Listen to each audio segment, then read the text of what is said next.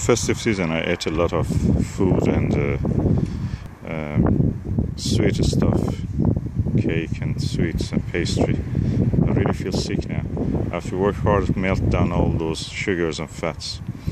So today I'm in the allotment. I cut the breakfast short, I worked a little bit, and now I'm going to dig up some potatoes and put them in the charcoal fire and bake a breakfast. Yum yum. Okay, I dug up a few potatoes. That's more than enough for one meal. I have to take the rest of them for later, for tonight's dinner. Yeah, I'll put them here, take them to wash, and then prepare the fire and eat my hard-earned result of my labor from my own harvest in my own land. That's the organic life. Not being hanging from the tits of the supermarket.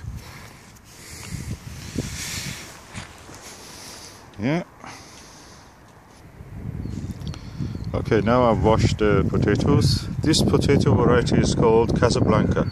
It's the earliest potato I've ever seen. It came into harvest from since June. Actually, yeah, June. Yeah, first week of June. And that was amazing. And it's not mushy. That's the whole thing. Casablanca, #1 potato for me. And the next one is something else that I will tell you when I'm digging it up. And yeah, I'm eating it since then because I didn't have the time practically. Hard work and everything else I couldn't eat as I wanted to do. Now, surprisingly, the water was warmer than the air. So I'm putting it back in the bucket. So I will eat a few of them in the allotment and take the rest for tonight's dinner.